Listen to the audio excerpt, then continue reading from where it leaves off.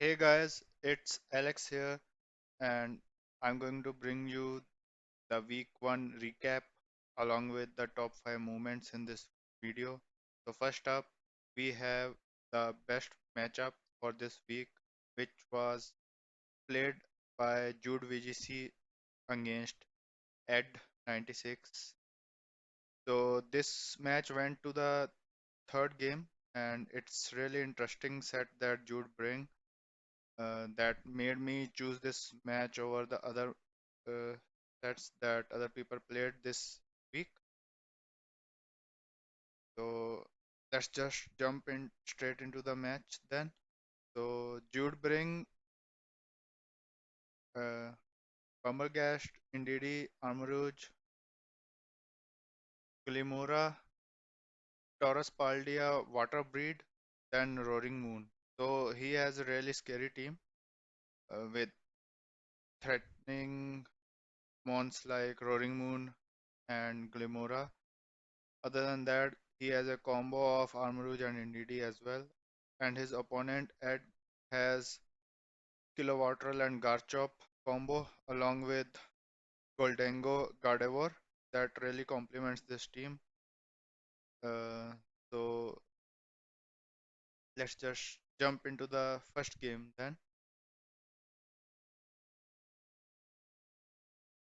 AD led his team with Garchomp and Gardevoir. That is a really good combo because Gardevoir can run telepathy and Garchomp can hit Earthquake which does not affect Gardevoir at all, and it can easily take out Glimora. But Jude transforms Terra his Glimora into Fairy types to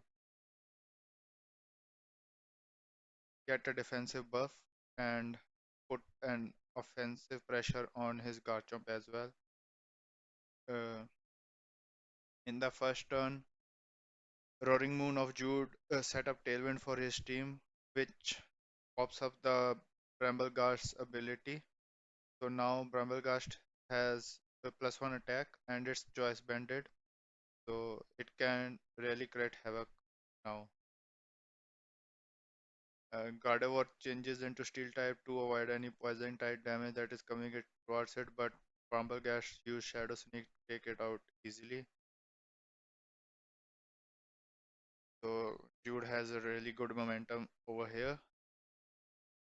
Then he bring out his Taurus and got to know that Garchomp has clear amulet, so its stats didn't go down.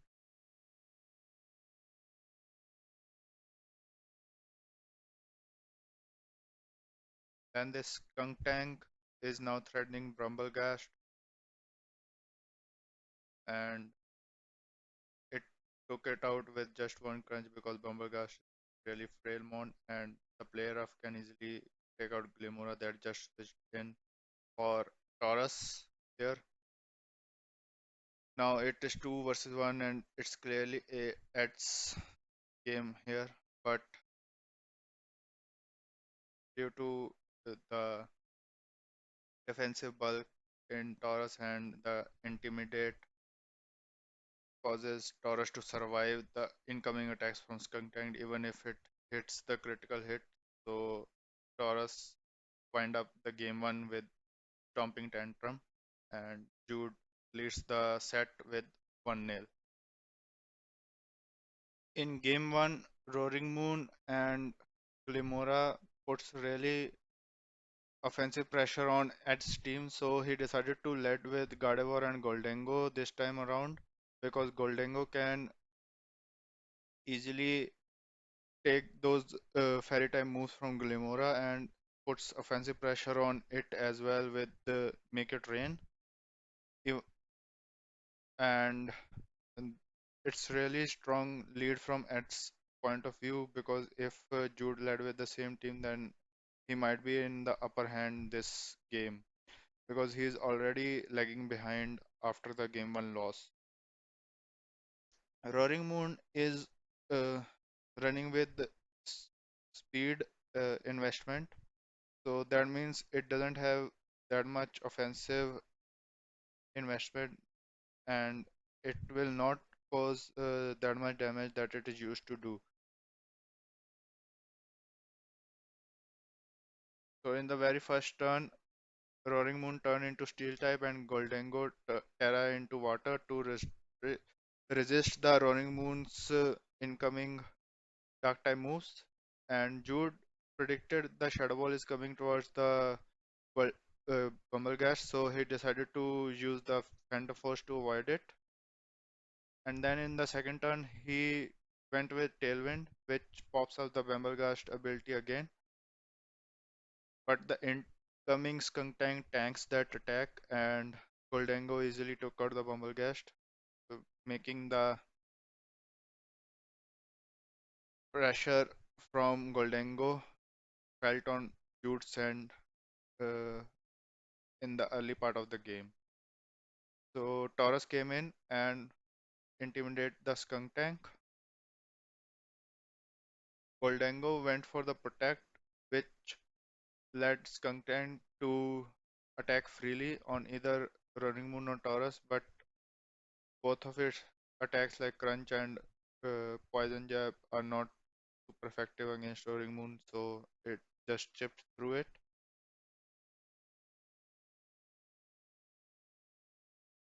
Then again, Gardevoir, which was great to avoid the Skunk Tank's KO, but this time Jude knew that Goldengo might be going for Protect, so he decided to go for Gardevoir and easily took it out with Roaring Moon and Taurus double attack, which means now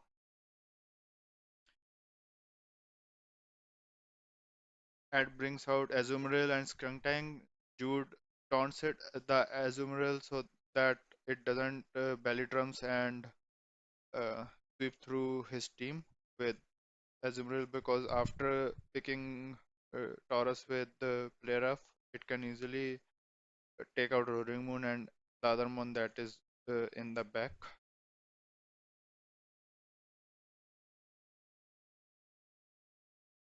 Player of here takes out Taurus and doesn't want to go for the belly drum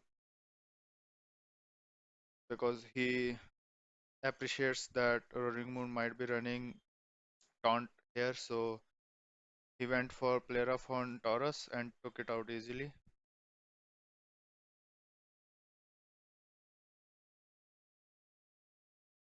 Azumarill putting really offensive pressure on Jude's team here.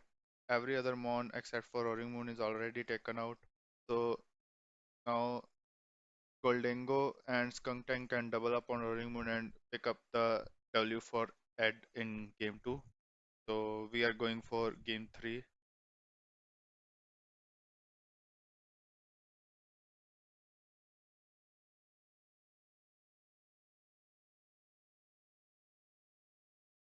In game 3, Jude led with Bambergast and Roaring Moon, lead that he led in game 2 as well. But Ed switches things up and led with Kilowatt and Garchomp lead, which is really offensive lead. But Roaring Moon has a speed investment, so it can set up Tailwind before Kilowatt, and Jude went for Tailwind, uh, whereas Kilowatt protects itself from any incoming attack from Bramblegast, but Bramblegast targeted Garchomp. In this game, Bramblegast Terra into Ghost, and with Tailwind setup, its attack went to up a stage, and it's already a choice band, so it's going to hit like a truck.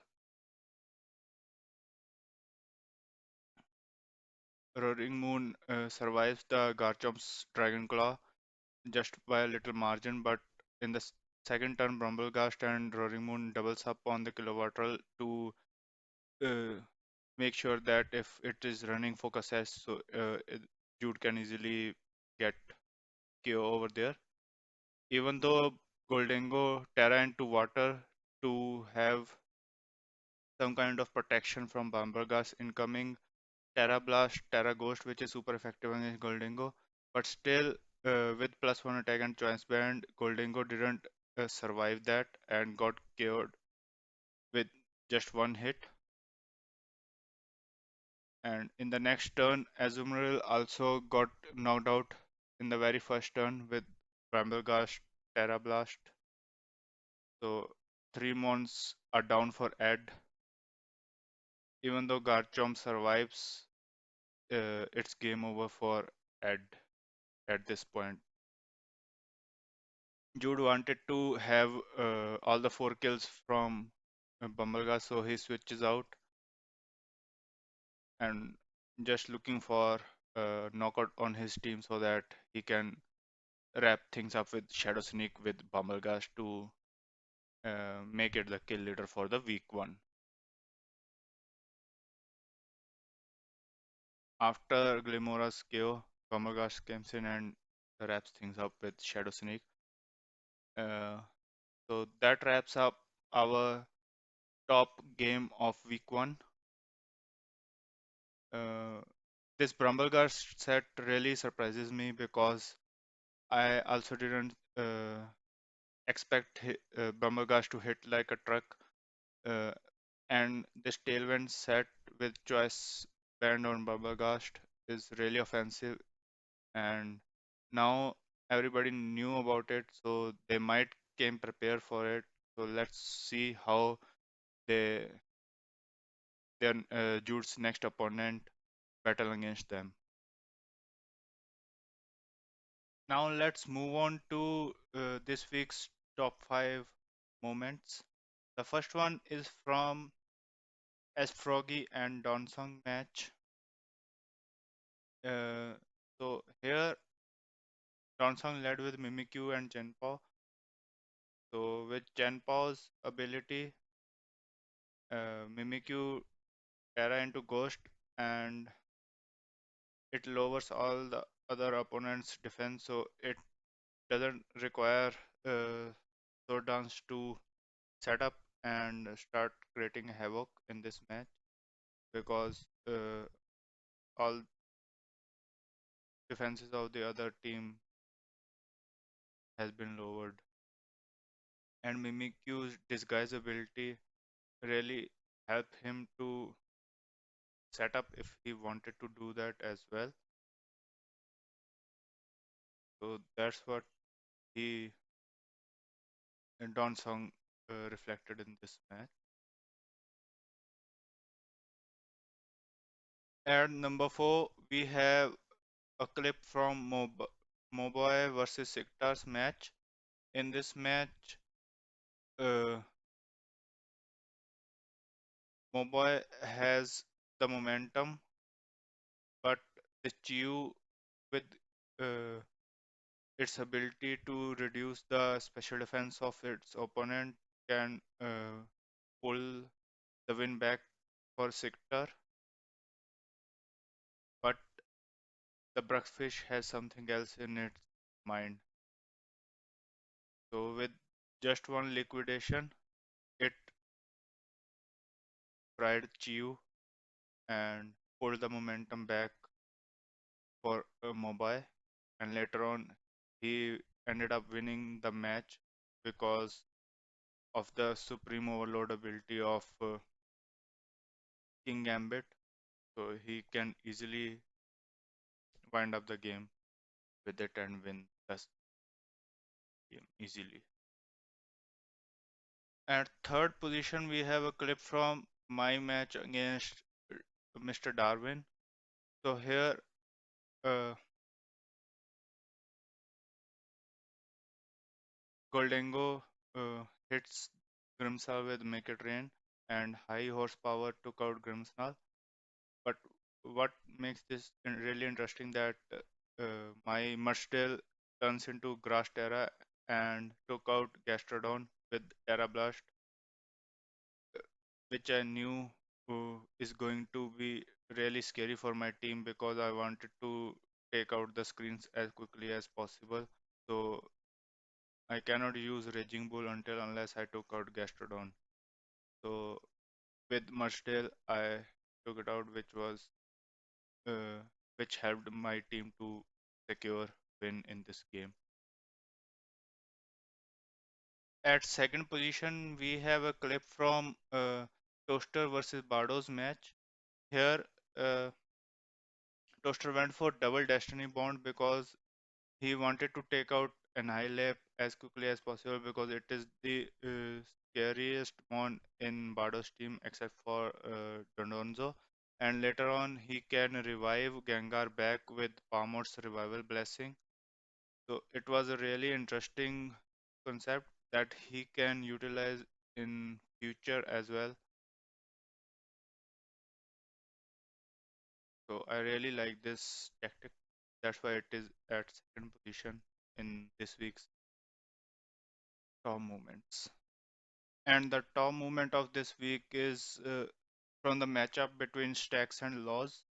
So here, uh, Stacks Iron Jugglers is paralyzed already, and Arcanine is getting threatened by Vaporeon's water type moves, and Toxic Rock just switches in. So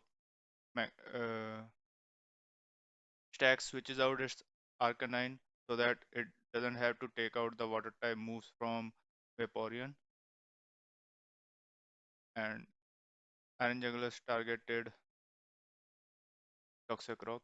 But this is really amazing red from Lowe's. He went for feint on Iron Jugglers, who is going to protect, and Vaporeon goes for Ice Beam because feint uh, removes the protect from Iron Jugglers, and Vaporeon cleans up the Iron Jugglers who is threatening this team. Now all the other mons except for Magneton are weak to Vaporeon, so it led Lowe's to win this match easy. So this brilliant read from Lowe's secured the first position in our top move for this. I hope you enjoy the video. Thanks for joining in, and in the next week I will try to bring out more amazing moments from week 2 and will bring you the top match as well from our VGC league.